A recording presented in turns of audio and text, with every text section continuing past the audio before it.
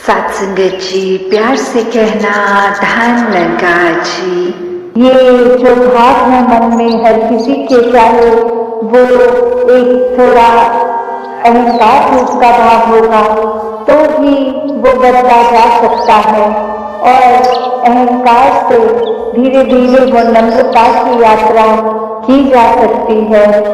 तो बात वही कि भक्तों के संदेश में ये स्वयं को बदलने की जो बात होती है वो क्यों होती है, भक्तों का जीवन संसार के अन्य व्यक्तियों से अलग क्यों होता है, कैसे होता है।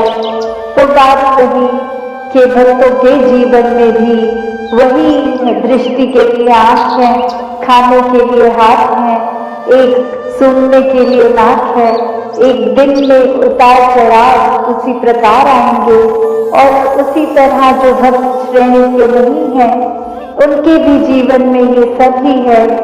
तो भक्तों ने जो एक बदलाव अपने अंदर लाया वो यही कि इस दुनिया में तो रहते हैं पर दुनिया से अलग होके रहते हैं।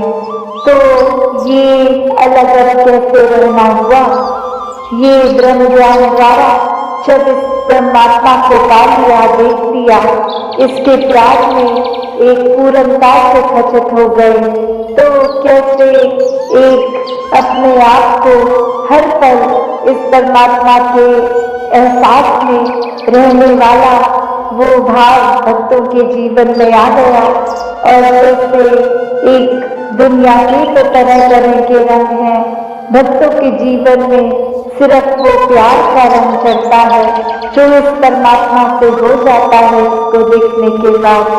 तो ऐसे भाव से युक्त भक्त अपने जीवन के जब हर पल को जीते हैं तो वो भाव ही बदल जाते हैं, एक नजरिया बदल जाता है। एक वो बात की अगर हम कुछ भी उदाहरण लें कि कोई भी स्थिति में एक जो रुख करा जा सकता है वो एक अच्छी तरफ भी और बुरी तरफ भी, एक परिस्थिति से हम क्या निकालते हैं वो भी एक अच्छाई निकाली जा सकती है, एक बुराई निकाली जा सकती है। तो भक्तों ने हमेशा वो अच्छाई की ओर ही रुख करना सिखाया है कि परिस्थिति अगर उस परमात्मा ने दी है तो अच्छी ही होगी। एक अगर इस परिस्थिति को अच्छा नहीं समझ रहे हम तो वो हमारी कमी है, इस परमात्मा ने तो पूर्ण किया है इस परिस्थिति को भी। जब इस परमात्मा ने हमको जो कुछ दिया वो परमात्मा का जो दान है तो ये परमात्मा जहाँ पूरा है तो परमात्मा की दी हुई हर परिस्थिति भी पूर्ण है। फर्क सिर्फ हमारे नजरिए का होता है कि उसको हम किस तरह देख रहे हैं, उस परिस्थिति में से हम निचोड़ क्या निकाल रहे हैं, उससे सिखलाई क्या निकाल रहे हैं। क्या हम सिर्फ हमारे अनुसार कुछ नहीं हुआ तो उसके वजह से परमात्मा को ही कोस रहे हैं, या ये भी मान रहे हैं कि ये ही हमारे लिए बेस्ट है और कैसे इसमें वरदान छुपा हुआ है। तो एक ये नजरिया भक्तों ने हमेशा से जो दिया कि आध्यात्मिक पहलू अपना हर किसी ने जहाँ एक बहुत ही उस नजरिए का बनाना है कि जीवन में ये शरीर मिला है, ये मटीरियलिस्टिक वस्तुएं मिली हैं, घर बार रिश्तेदारी बहुत कुछ मिला है, तो क्या इसी में पूरा समय रहकर इस परमात्मा के लिए समय नहीं निकालना, या फिर एक चुनाव अपना है कि इस परमात्मा के प्यार के रंग में ऐसे रंगे जाए कि कोई दुनियावी रंग से छू नहीं सकता। ये पक्के का रंग, ये एक हर समय रहने वाला रंग, और इस रंग को जिसने भी अपने ऊपर लगाया वो हमेशा के लिए आनंदित हो गए। एक जीवन हर समय के लिए झूम झूम के जिया गया। और वो फिर बात कि भक्तों के जीवन में भी विपरीत परिस्थितियां आई तो भी उन्होंने कभी इस परमात्मा से विश्वास नहीं तोड़ा। तो बात रही कि परमात्मा के प्यार में जो रंग जाते हैं वो खुद ब खुद बदल जाते हैं। एक सामाजिक रूप से चाहे रहन सहन वैसा ही रहेगा जैसे ये परमात्मा के प्यार से पहले का था, वो एक शक्लाकार सत्य रहेगा। सिर्फ और सिर्फ जो बदला जाएगा वो मन के भाव बदलते हैं।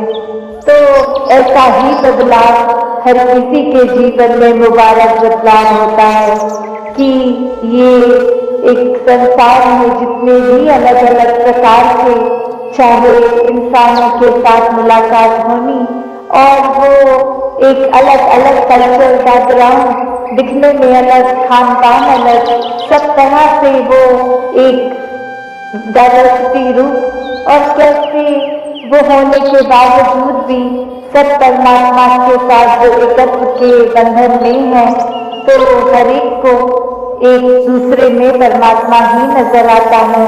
और कैसे फिर एक ये एकत्र ही दिल के हर समय का, और उससे फिर कोई किसी में फर्क नहीं दिखता, कोई ऊंच नीच जाति पाति प्रांति कुछ भी फर्क नहीं, सब अपने हैं, सब ही पूजनीय हैं।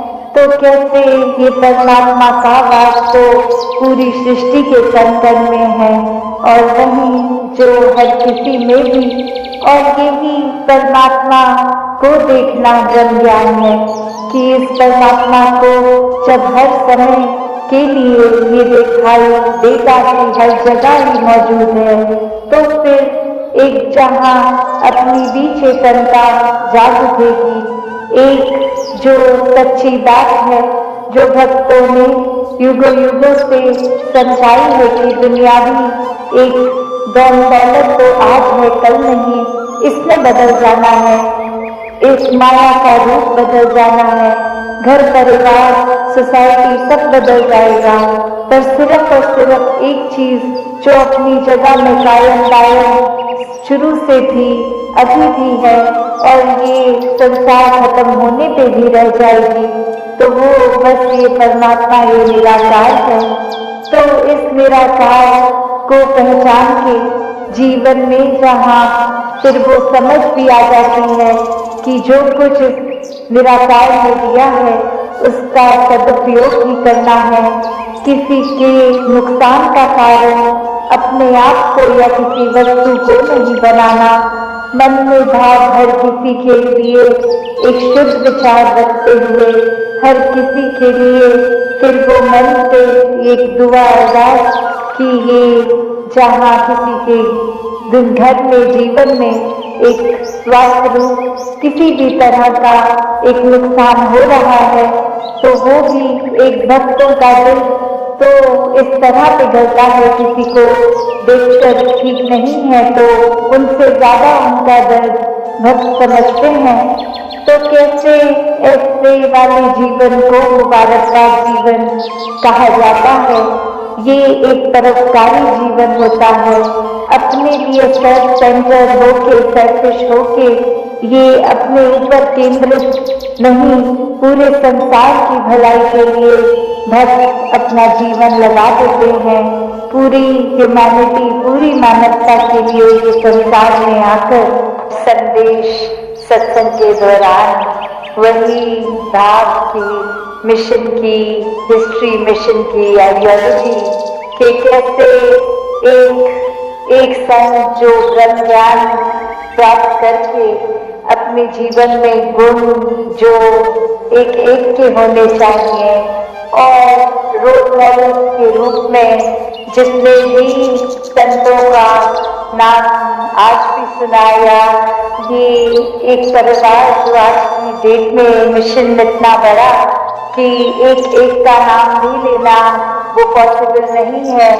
सब अपने आप में पूरे संत किस तरह एक भाव मन में इस निरंकार की याद रखते हुए, सेवा का भाव लेते हुए, समर्पित अपना मन लेते हुए एक जीवन को जो एक पल पल में किस तरह इस दातार को ही समर्पित अर्पित होते हुए अपने मन को जो जी रहे हैं, और किस तरह चाहे वो जगत माता जी का नाम लिया गया, शहंशाह जी का लिया गया, और किस तरह रात माता जी, माता सविंदर जी, हर एक जिस तरह भी नाम हमने चाहे सुने हो, सदगुरुओं के भी आज लिए गए और संतों के भी उनके साथ ही लिए गए, कि ये बात मन में, कि ये दृष्टि जब ब्रह्म ज्ञान की एक जीवन में आ जाती है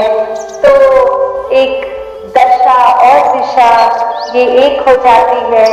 जब इस एक को जान लेते हैं, इसी की ओर, इस दातार, इस निरंकार के तरफ मुख रखे, मुख उजला जब हो जाता है तो पल पल में ये ब्रह्म ज्ञान दिया जाता है।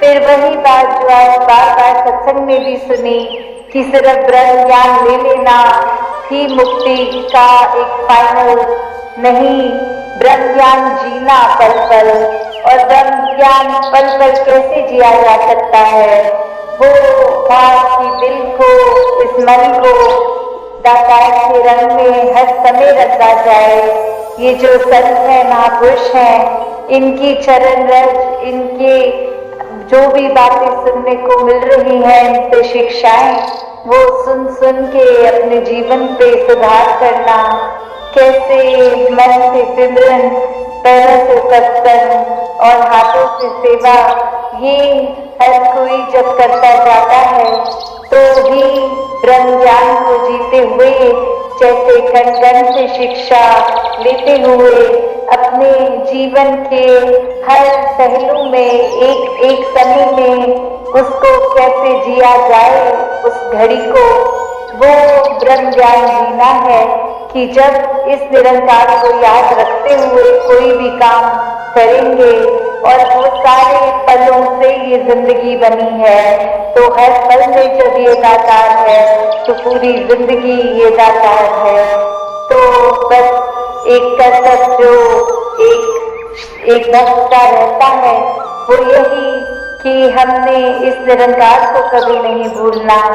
एक इंसान का मिलन, ये शरीर से उठकर ये जो आत्मा शरीर में बसती है, इस परमात्मा की अंश, इसका जब असली घर मिल जाता है, एक पता चल जाता है आत्मा को कि हम इस निराकार से ही आए हैं, इसी में रहना है, कि कैसे जब हम पल पल जीते जी ये मुक्त अवस्था में रहेंगे, सब कुछ इस दातार के ऊपर छोड़कर, ये अपने आप को डूब ना मानते हुए, निराकार को ही करता मानते हुए, इसकी हर रजा को खुशी खुशी सत्वचन करते हुए जब जीवन जिया जाता है, तो वो एक आजाद जीवन, एक ये जीते जी, जो दासी अक्सर कहती है कि जीते जी ब्रह्मलीन होने की अवस्था, कि जो इस संसार में चैन से जी गया, वो ही ये यात्रा पूरी होने के बाद एक चैन से अपनी आंखें बंद करके मृत्यु प्राप्त कर ले, कि जब हर पल में ये दातार जीवन के याद है, तो फिर स्वाभाविक ही है कि अंतिम घड़ी तक इस दातार में याद रहना है, कि ये परमात्मा जिसने पूरे ब्रह्मांड की रचना की है, और वही ये इंसानी रूप हमें भी मिला, और कैसे इस इंसानी जीवन में जीते जी इस परमात्मा की प्राप्ति कर लेंगे, तो अपना असली निज रूप पता चलेगा, कि ये ही परमात्मा जो ब्रह्मांड के हर कोने में उपस्थित है, कैसे हमारे अंदर भी आत्मा इसी की एक अंश, और जीते जी जहाँ एक संसार में ये रिस्पॉन्सिबिलिटीज घर परिवार समाज की है, उसको पूरा करते जाना है, पर उसमें ही इतना खचित नहीं हो जाना कि आगे एक परमात्मा के लिए ये समय निकाल नहीं सके, एक मन इतना उलझ जाए बीते कल में या आने वाले कल में, कि इस समय की जो एक इम्पोर्टेंस है, एक कीमत है, वो ही ये करंट इस समय का चलता हुआ ये पल, इसको ही एक बिगाड़ दें, व्यर्थ कर दें। तो हर समय जहाँ एक परमात्मा को याद करना कोई किताबी बात नहीं है। ये हर समय में देखा जाए, हर युग में अभी भी ये महात्मा यही संदेश देते हैं कि चाहे कोई भी काम कर रहे हो, ये मन परमात्मा में लगा रहे तो ही जीवन के उस पल के, उस क्षण के मोल को एक जिया जा सकता है, पूरी तरह से वो पल जिया जा सकता है। तो ऐसा ही जीवन जीने के लिए भक्तों ने युगों युगों से संदेश दिया कि मानवीयता को मन में रखकर एक परमात्मा के एहसास में पल पल रहा जाए तो ही एक असली मनुष्य बनने के एक हकदार हैं हम। एक जीवन वो वाकई ही मनुष्य का जी रहे हैं। सिर्फ शरीर की जीने को ही एक मानवीय जीवन नहीं कहा जा सकता। मानवीय गुणों पे जो जीवन है वो ही एक मानवीय जीवन है। तो ऐसे ही करुणा, दयालुता, प्यार, प्रीत, नम्रता, एक विशाल हृदय बना के सबके अंदर अपनत्व का भाव जब होगा तो ही इस परमात्मा की हर इंसान को हम उतना ही श्रेष्ठ मानेंगे जितना एक स्वयं के लिए अपने मन के भाव होते हैं। एक प्राथमिकता जहाँ मन करता है कि अपनी ही बातों को, अपने आप को ही हर पल हर चीज का श्रेय मिले, पर जब ये पता लग जाता है कि इस परमात्मा ने ही बल बख्शा तो कोई कार्य हो पाया, तो ये फिर जब श्रेय परमात्मा को दिया जाता है तो जीवन एक वाकई ही सफल जीवन बन जाता है। ये मन से भेदभाव खत्म हो जाते हैं। ये संसारिक रूप में पैदाइश जिस भी जगह पर हुई, जिस भी घर में हुई, उससे एक नफरत का कारण नहीं बनता। जाति पाति, बोली भाषा, खाने पीने का, फिर ये एक पहनावे का एक रूप जो है, जैसा जिसके जीवन में जैसे भी वो जीना चाहे वो एक स्वीकार करना, एक मन में उनको हर पल प्यार भी देना, नफरत नहीं करनी। हर कोई हमसे अलग दिखता है, अलग तरह से जीवन जीता है, पर इसका मतलब ये नहीं कि हम श्रेष्ठ हैं। उनको जीवन जिस तरह जीना है उस तरह से वो श्रेष्ठता नहीं ले सकते। हरगिज़ ऐसा नहीं है। हर कोई ही इस परमात्मा का बनाया श्रेष्ठ है।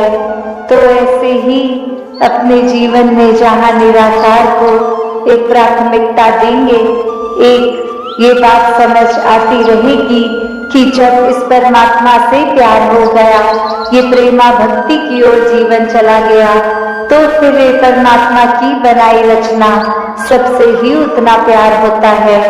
फिर अगर हम नेचर की भी बात करते हैं कि क्यों फिर एक हरगिज़ मन गंदगी भी फैलाने को एक पता लगता है कि कूड़ा है तो कचरा एक कहाँ डालना है, फैलाना नहीं है। एक वृक्ष को लगाना है, काटना नहीं है। कैसे एक जीवन के हर पहलू पे फिर एक वो बात आ जाती है कि जब ये प्यार इस कादर से, तो इसकी कुदरत से भी उतना ही प्यार। एक मन में भी फिर प्यार हर किसी के मन तक नफरतों की दीवारों को गिराकर जब जब इस निराकार के आश्रय मन को लगाएंगे, ये मन और सुनहरा होता जाएगा, ये जीवन और सुनहरा होता जाएगा। ये विकास तो मनों में, जीवन में इस प्यार से ही आना है, परमात्मा के एहसास से ही आना है। तो ऐसे ही विकास से भरे जीवन को हर कोई जीता जाए। एक यहाँ वो भी जिक्र हो रहा है कि हम यमुना के किनारे बैठे हैं, तो भाव वही कि अगर हम ऊपर से जाएंगे, कोई नदी एक बहती देखते हैं, तो एक ये नजर आता है कि ये एक छोर है, ये दूसरा छोर है, और इसके बीच ये बहता पानी, बस यही सीमित रूप है इस नदी का। जो आंखें सिर्फ एक छोटे दायरे में देखेंगी उसको तो यही दिखेगा, और वहीं एक जैसे एक विशालता का जिक्र हो रहा है कि वही अपने हम विजन को, अपनी ये दृष्टि को और विशाल करें तो समझ आता है कि सिर्फ वो नदी का सीमित सा ठहरा हुआ पानी ही पूरी एक चीज नहीं है। ये नदियों ने जाकर समुद्र में मिलना है, और ये छोटे सीमित से उठकर कितनी एक असीम रूप ये पानी का, वो असली रूप। उसी प्रकार हम अपने जीवन को भी अगर देखते हैं कि एक जीवन और मौत, दो छोर और बीच की जी गई ये जिंदगी, इस जीवन को इस तरह जीने से ये सीमित दृष्टि एक अपने अंदर कि बस यही एक रूप नहीं है हमारा, ये अस्तित्व नहीं है, ये शरीर जो है ये चाहे कितने साल की भी जिंदगी ले, असली असीम रूप तो ये परमात्मा से जुड़ के इस आत्मा का बनेगा। शरीर तो जीवन के कुछ साल जीकर समाप्त हो जाएगा, पर ये आत्मा के लिए ये शरीर जो मिला है कि जीते जी परमात्मा को जान लेते हैं जो, वो फिर एक शरीर खत्म होने पे भी अपना असीम रूप ये निराकार से जुड़ जाते हैं। भ्रमणों से फिर वो भटकन, आत्मा की भी भटकन सब ही समाप्त हो जाती है जब इस मन में निराकार को बसा लेते हैं। तो कैसे एक भ्रमों के अंदर जीना, तो फिर जीवन उसी प्रकार जैसे एक छोटी सी कहानी अभी दासी ने पहले भी कुछ समय आपके आगे रखी थी, अभी फिर इसी उपलक्ष्य में है तो फिर से दासी रखेगी कि एक छोटा बच्चा रात को सपना लेता कि उसके पेट में एक चूहा चला गया है, और वहीं सुबह उठते ही अपने माता पिता से कहने लगा कि मैंने चूहा खा लिया है, मेरे पेट में चूहा है। तो उसकी माता जी आगे से कह रही हैं कि नहीं, हम तो पूरा समय जाग रहे थे, आप सो रहे थे, पर ऐसा कोई चूहा आया नहीं। पर वो बच्चा अपने सपने को ही इतनी अच्छी सच्चाई मान रहा है, इतना उसी को हकीकत मान रहा है कि वो मान चुका है उसके पेट में एक कीड़ा है, एक चूहा है। तो वहीं वो आगे से अगले दिन बीमार भी होने पड़ रहा है, क्योंकि वो सोच रहा है जो मैं सोच रहा हूँ वो सच्चाई है, और पेट में अगर चूहा है तो तबीयत बिगड़ रही है। तो अब हर दिन ये तबीयत सिर्फ इसलिए बिगड़ रही है क्योंकि अपने भ्रम को सच्चाई मान ली है, वही सोच रहे हैं। तो आगे उसकी माता एक तरकीब निकालती है कि जब सुबह उठा के एक स्नान से पहले एक टॉयलेट के ओर लेके जा रही है, और एक नकली प्लास्टिक का एक चूहा ऑलरेडी वहां रख दिया है पहले से, और बच्चे को जैसे ही एक बिठाया और वो कार्य उसका शौच का ओवर जब हो गया तो उसको दिखाती है माँ, देखो वो जो तुमने चूहा खाया था वो निकल गया है तुम्हारे शरीर से। अब वो बच्चा बहुत खुश कि ठीक है, जो मैंने चूहा खाया था वो अब शरीर को तंग नहीं करेगा, और वहीं से स्वास्थ्य भी सुधर जाता है, खेल कूद पढ़ाई लिखाई फिर हो जाती है। तो बात क्या, सिर्फ एक भ्रम को दूर किया गया। बात वही कि शुरू में कोई चीज अगर है नहीं, उसका वहम, उसका भ्रम पाल लेते हैं, और फिर अपने ही तरीके से वो भ्रम दूर करके उसको सच्चाई मान भी लेते हैं कि ये भ्रम भी सच्चाई था, ये भ्रम दूर होना। तो बात क्या है, ये निराकार ने तो ये आत्मा एक बिल्कुल ही साफ सुथरी हरेक के डाली, पर एक समाज में रहते रहते जैसे जैसे मान्यताओं में एक जीते रह रहे हैं, वैसे ही भ्रमों को पालना शुरू हो जाते हैं। एक दूसरे से नफरत करने लग जाते हैं। ये मान लेते हैं कि हमारी जाति ऊंची, हमारा खाना ऊंचा, तो कैसे हर कोई एक ही समान है। भ्रम तो खुद ही हमने पाल लिए हैं। एक भ्रमों को दूर करके जीना है तो वो एक ही तरीके से हो सकता है कि इस निराकार को, इस परमात्मा को जो देखा जा सकता है, इसको वाकई ही ब्रह्म ज्ञान लेके देखें, हर समय इसके एहसास में रहें। सच्चे सुख की खोज। सासंगत जी, बहुत समय पहले की बात है। एक नगर में एक धनी व्यापारी रहता था जिसका नाम विशाल दत्त था। उसके आसपास अपार धन दौलत थी, सुख सुविधा थी, नौकर चाकर थे, लेकिन फिर भी वह हर समय उदास और चिंतित रहता था। एक दिन उसने एक संत के बारे में सुना जो पास के जंगल में रहते थे और जिन्होंने ईश्वर का साक्षात्कार किया था। लोग कहते थे कि जो भी उनसे मिलने जाता वह सच्चे सुख और शांति का मार्ग पा लेता। विशाल दत्त ने सोचा, शायद यही मेरी समस्या का समाधान है। विशाल दत्त जंगल में संत के पास पहुंचा और विनम्रतापूर्वक बोला, गुरुदेव, मैंने सुना है कि आप सच्चे सुख का रहस्य जानते हैं। कृपया मुझे भी बताइए, क्योंकि मैं धनवान होते हुए भी दुखी हूँ। संत मुस्कुराए और बोले, बेटा, यदि तुम सच्चा सुख पाना चाहते हो तो पहले एक कार्य करो। नगर जाकर 3 ऐसे लोगों से मिले जो सच्चे आनंद में जी रहे हो और मुझे आकर बताओ कि वे कौन हैं और उनका रहस्य क्या है। विशाल दत्त यह सुनकर नगर की ओर चल पड़ा। उसने सोचा कि यह कार्य आसान होगा, क्योंकि नगर में कई धनवान और प्रतिष्ठित लोग थे। विशाल दत्त सबसे पहले नगर के राजा के पास गया। राजा का महल सोने चांदी से सजा था। सेवक हर समय उनकी सेवा में लगे रहते थे। विशाल दत्त ने राजा से पूछा, महाराज, क्या आप पूर्ण रूप से सुखी हैं? राजा ने गहरी सांस ली और कहा, मैं बाहर से सुखी दिखता हूँ, लेकिन भीतर से हमेशा चिंतित रहता हूँ। मुझे अपने शत्रुओं का भय है, अपने राज्य को बचाने की चिंता है और इस महल में रहकर भी मेरे मन को शांति नहीं मिलती। विशाल दत्त को आश्चर्य हुआ कि इतना धन और वैभव होने के बावजूद राजा सुखी नहीं था।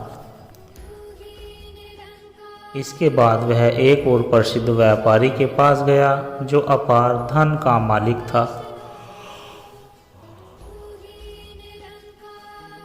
उसने वही प्रश्न किया, क्या आप सच्चे सुखी है? व्यापारी ने उत्तर दिया, सुख नहीं, मैं हमेशा अपने व्यापार की चिंता में डूबा रहता हूँ।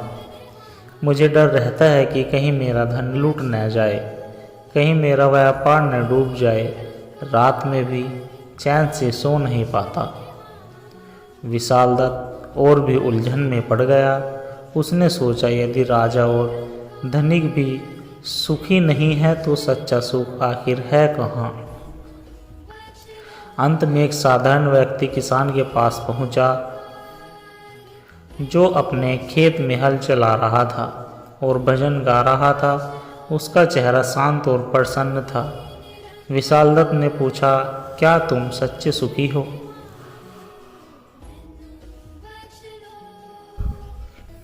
किसान ने मुस्कुराते हुए कहा, हाँ, मैं बहुत सुखी हूँ। मेरे पास अधिक धन नहीं है, लेकिन मुझे ईश्वर की कृपा पर पूरा विश्वास है।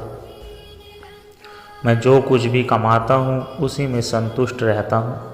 मैं हर सुबह ईश्वर का नाम लेता हूँ, दिन भर मेहनत करता हूँ और रात को चैन की नींद सोता हूँ। मुझे न किसी चीज़ का डर है, न किसी चीज़ की चिंता। विशाल दत्त को अब समझ आने लगा था कि सच्चा सुख केवल बाहरी चीज़ों में नहीं, बल्कि संतोष, भक्ति और सादगी में ही सच्चा आनंद है।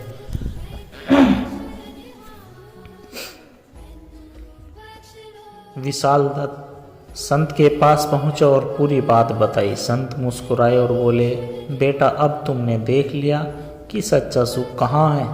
जो व्यक्ति माया के पीछे भागता है वह हमेशा दुखी रहता है, लेकिन जो ईश्वर पर विश्वास रखता है, कर्म करता है और संतोषी रहता है वही सच्चा सुखी होता है। फिर संत ने तीनों बातें बताई जिन्हें अपनाने से जीवन में सच्चा सुख प्राप्त होता है। नंबर 1, संतोष। जो मिला है उसी में खुश रहो, जो नहीं मिला उसके लिए परेशान मत हो। नंबर 2, भक्ति। ईश्वर पर विश्वास रखो और हर परिस्थिति में उसका स्मरण करो। नंबर 3, निष्काम कर्म। बिना फल की चिंता किए सच्चे मन से अपना कर्तव्य निभाओ। विशाल दत्त ने इन सीखों को अपनाया। उसने अपनी संपत्ति का एक हिस्सा दान कर दिया, सेवा में लगा दिया और भक्ति व संतोष का मार्ग अपना लिया।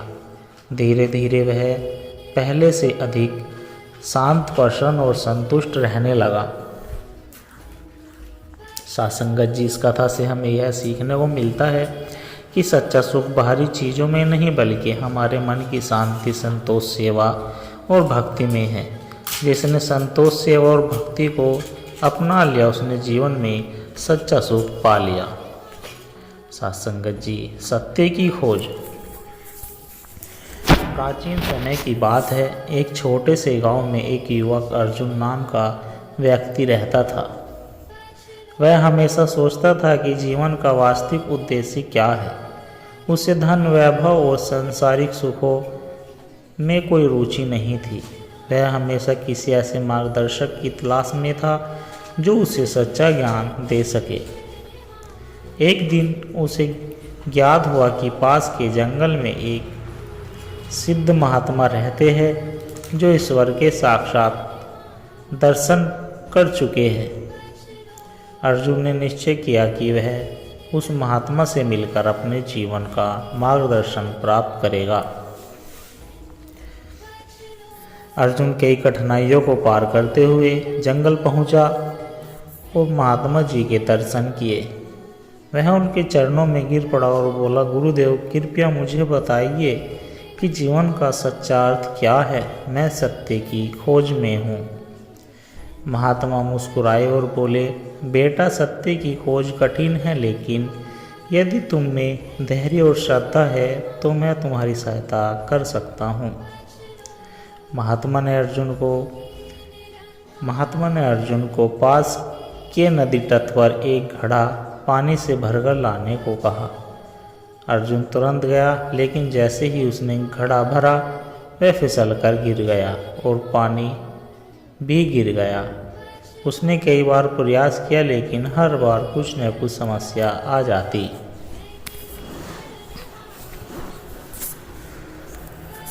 वह निराश होकर महात्मा के पास लौटा और बोला, गुरुदेव मैं यह कार्य नहीं कर पा रहा हूँ। महात्मा मुस्कुराए और बोले, बेटा यही जीवन का पहला पाठ है, धैर्य और श्रद्धा। यदि तुम हर कठिनाइयों के सामने हार मान लोगे तो सत्य की खोज असंभव है। पुनः जाओ और तब तक प्रयास करो जब तक सफलता न मिले। अर्जुन ने फिर से प्रयास किया और इस बार वह सफल रहा। उसने सीखा कि धैर्य और श्रद्धा के बिना कुछ भी प्राप्त करना संभव नहीं।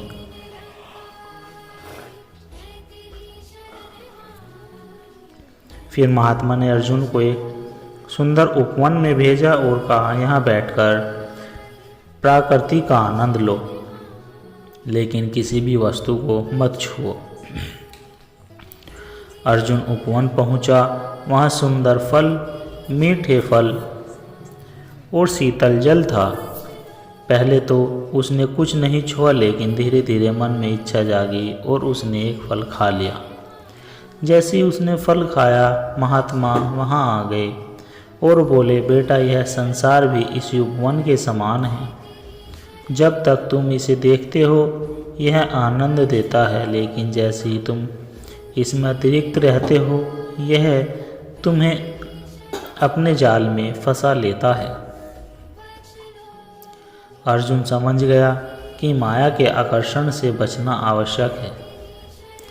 महात्मा ने अंत में अर्जुन को एक छोटी पोटली दी और कहा, इसे लेकर गांव जाओ और देखो कि कौन इसे सबसे अधिक मूल्यवान समझता है।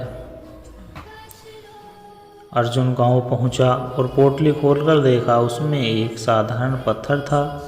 सभी ने उसे व्यर्थ समझा, लेकिन जब उसने उसे महात्मा के पास लौटाया तो वे बोले, बेटा, जब तुमने इसे मूल्यहीन समझा तब यह तुम्हारे लिए साधारण था, लेकिन जब तुमने इसे मेरी आज्ञा से देखा तब यह तुम्हारे लिए महत्वपूर्ण हो गया।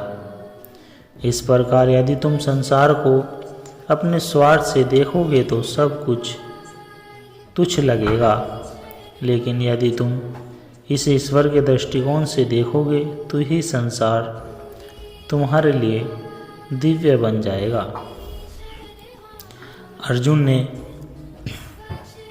अर्जुन को अब समझ आ गया था कि सच्ची भक्ति का अर्थ है सब कुछ ईश्वर को समर्पित कर देना। अर्जुन ने महात्मा के चरणों में गिरकर कहा, गुरुदेव, अब मैं समझ गया हूँ कि सत्य की खोज स्वयं के भीतर है। धैर्य माया से मुक्ति और शक्ति भक्ति, यही जीवन का सार है। महात्मा ने आशीर्वाद दिया और कहा, बेटा, अब तुम अपने जीवन को इसी सत्य के साथ जियो और दूसरों को भी इसका मार्ग दिखाओ। अर्जुन वापस गांव लौटा और अब वह सबसे पहले शांत, ज्ञानी और आनंदित था। उसने जीवन के सच्चे अर्थ को समझ लिया था। सत्य की खोज बाहर नहीं, हमारे भीतर ही है, लेकिन श्रद्धा, धैर्य और भक्ति से ही हम ईश्वर का साक्षात्कार कर सकते हैं।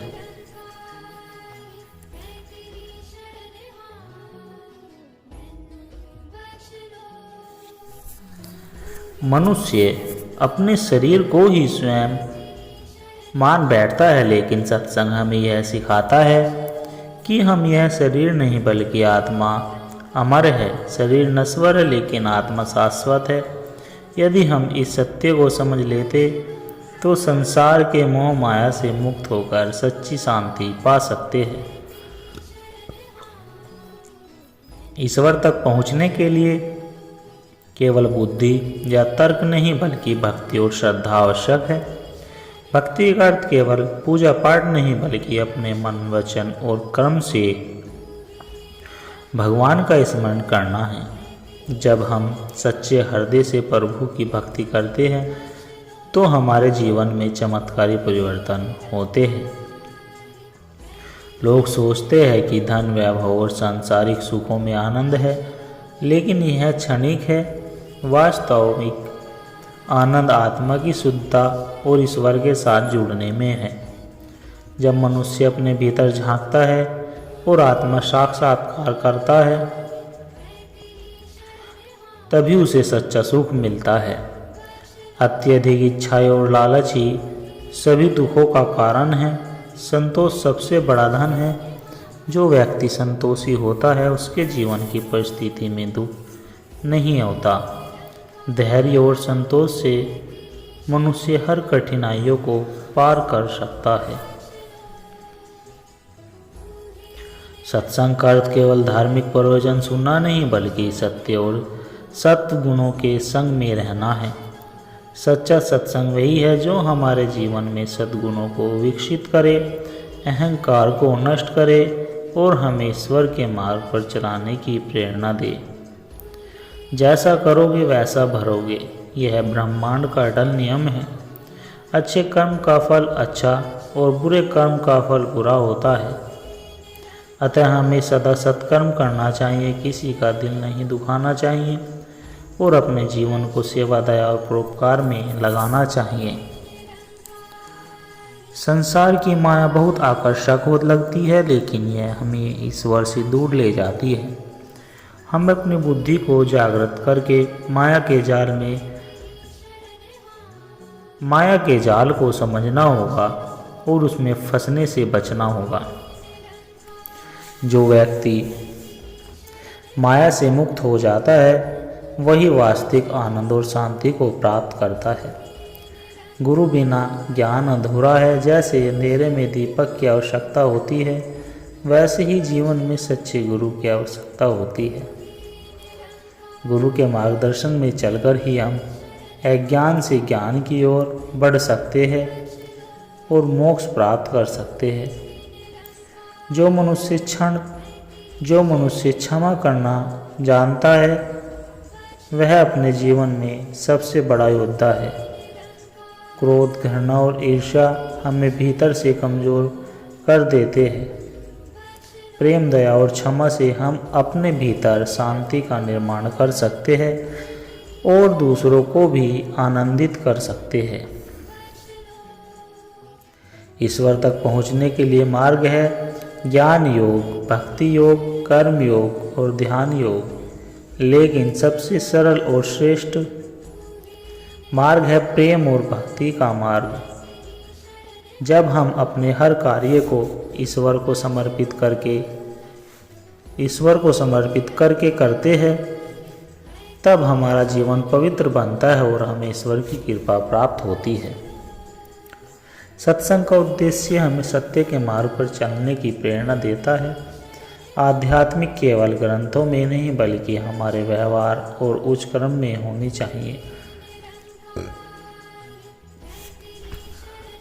यदि हम अपने जीवन में इन विचारों को अपनाएं तो निश्चित ही हमें आत्मिक शांति और प्रेम, ईश्वर की अनंत कृपा प्राप्त होगी। हर पल ईश्वर को याद करना, हर कार्य को सेवा भाव करके और जीवन को सच्चा आनंद से भरना, यही सच्चा आध्यात्मिकता है। आध्यात्मिकता सात्संगत जी आध्यात्मिक सत्संग कथा सच्ची शांति का रहस्य है। बहुत समय पहले की बात है। एक नगर में एक धनिक व्यक्ति रहता था जिसका नाम हरिदत्ता था। उसके पास अपार संपत्ति थी, लेकिन फिर भी वह हमेशा बेचैन और दुखी रहता था। उसने कई भोग विलास किए, महलों में रहा, उत्सव मनाए, लेकिन फिर भी उसे शांति नहीं मिली। एक दिन उसने सुना कि पास के जंगल में एक वृद्ध महात्मा रहते हैं जो आत्मज्ञान और शांति के रहस्य को जानते हैं। हरिदत्त ने निश्चय ईश्वर किया वह उन महात्माओं से मिलकर अपने प्रश्नों का उत्तर प्राप्त करेगा। हरिदत्त महात्मा के आश्रम पहुंचा और उनके चरणों में गिरकर बोला, गुरुदेव, मेरे पास सब कुछ है, लेकिन फिर भी मैं भीतर से अशांत और दुखी हूँ। कृपया मुझे शांति का मार्ग बताइए। महात्मा मुस्कुराए और बोले, बेटा, यदि तुम वास्तव में शांति चाहते हो तो पहले एक कार्य करो। इस जंगल में एक पत्थर पड़ा है, उसे उठाकर नगर के सबसे अमीर व्यक्ति को दे दो और देखो कि वह इसे कितना मूल्यवान मानता है। हरिदत्त ने ऐसा ही किया। वह पत्थर लेकर नगर गया और सबसे पहले एक सोने चांदी के व्यापारी के पास पहुंचा। व्यापारी ने पत्थर को देखा और कहा, यह तो साधारण पत्थर है, इसका कोई मूल्य नहीं। फिर वह राजा के दरबार में गया। राजा ने भी पत्थर को देखकर कोई रुचि नहीं दिखाई। फिर वह राजा के दरबार में गया। राजा ने भी पत्थर को देखकर कोई रुचि नहीं दिखाई। इसके बाद वह एक ऋषि के पास पहुंचा। ऋषि ने पत्थर को ध्यान से देखा और फिर अपनी आंखें बंद कर ली। कुछ क्षण बाद उन्होंने कहा, यह साधारण पत्थर नहीं बल्कि एक दिव्य पत्थर है। यदि इसे सही तरीके से उपयोग नहीं किया जाए तो यह आत्मज्ञान का मार्ग दिखा सकता। सत्संगत जी हरिदत्त महात्मा के पास लौटा और पूरी घटना सुनाई। महात्मा बोले, बेटा, यदि शांति का पहला रहस्य है मूल्य दृष्टि पर निर्भर करता है। जो व्यक्ति केवल बाहरी धन संपत्ति को देखता है उसे सच्चे मूल्य का ज्ञान होता है, लेकिन जो व्यक्ति अपने भीतर देखता है वही असली मूल्य को पहचान सकता है। हरिदत्त ने पूछा, गुरुदेव फिर मैं शांति कैसे प्राप्त करूं? महात्मा बोले, शांति बाहर नहीं तुम्हारे भीतर है। संसार में दौलत, पद, मान, सम्मान की चाहत कभी खत्म नहीं होती, लेकिन जब मनुष्य स्वयं को पहचान लेता है और आत्मा का अनुसरण करता है तभी उसे वास्तविक शांति मिलती है। महात्मा ने हरिदत्त को 3 बातें बताई जिनका पालन करने पर उसे शांति मिल सकती है। संतोष। नंबर 1, संतोष। जब तक मनुष्य अधिक पाने की लालसा करता है वह अशांत रहेगा। संतोष सबसे बड़ा धन है। नंबर 2, सेवा और ध्यान। सच्ची खुशी केवल लेने में नहीं बल्कि देने में है। जब हम निस्वार्थ भाव से सेवा करते हैं तब हमारा हृदय निर्मल हो जाता है। जब मनुष्य प्रतिदिन ध्यान करता है और ईश्वर का स्मरण करता है तब उसका मन शांत होता है। हरिदत्त ने इन तीनों बातों को अपनाया। उसने धन का अहंकार छोड़ा, गरीबों की सेवा की, ध्यान और भक्ति का एहसास किया। कुछ समय के लिए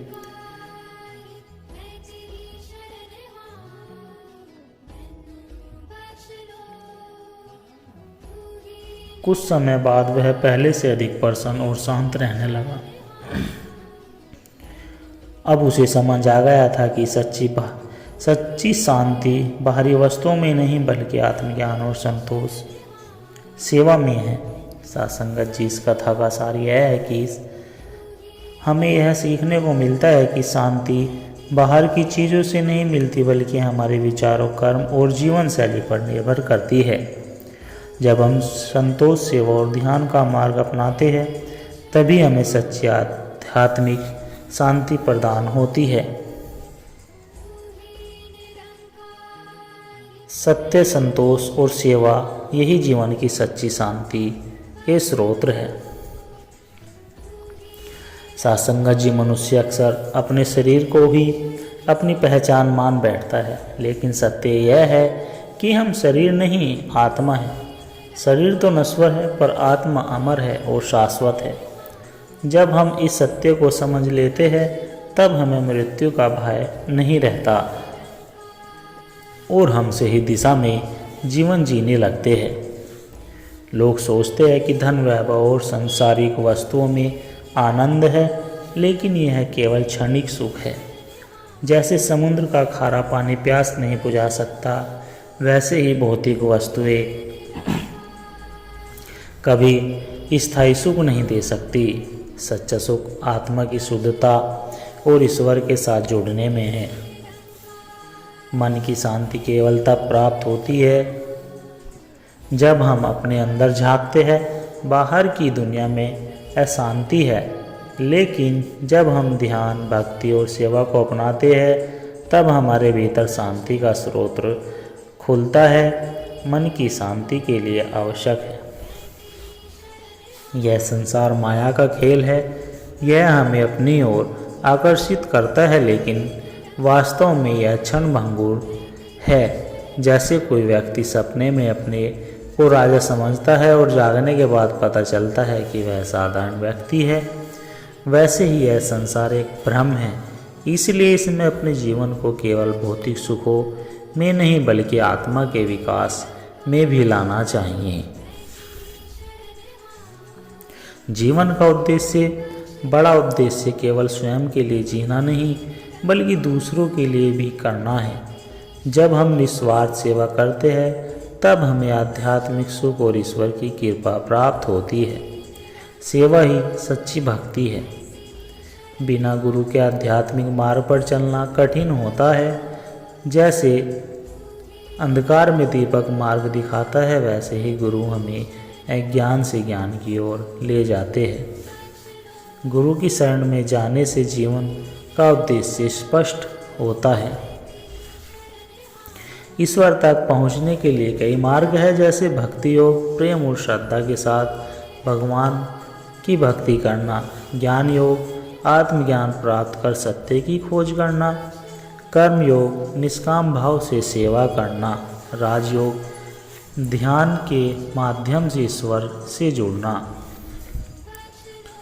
सबसे सरल मार्ग भक्ति और सेवा का मार्ग है, क्योंकि इसमें प्रेम और समर्पण होता है। लालच और इच्छाएं कभी समाप्त नहीं होती। एक इच्छा पूरी होती है तो दूसरी जन्म ले लेती है, लेकिन जो व्यक्ति संतोषी होता है वही सच्चे सुख का अनुभव कराता है।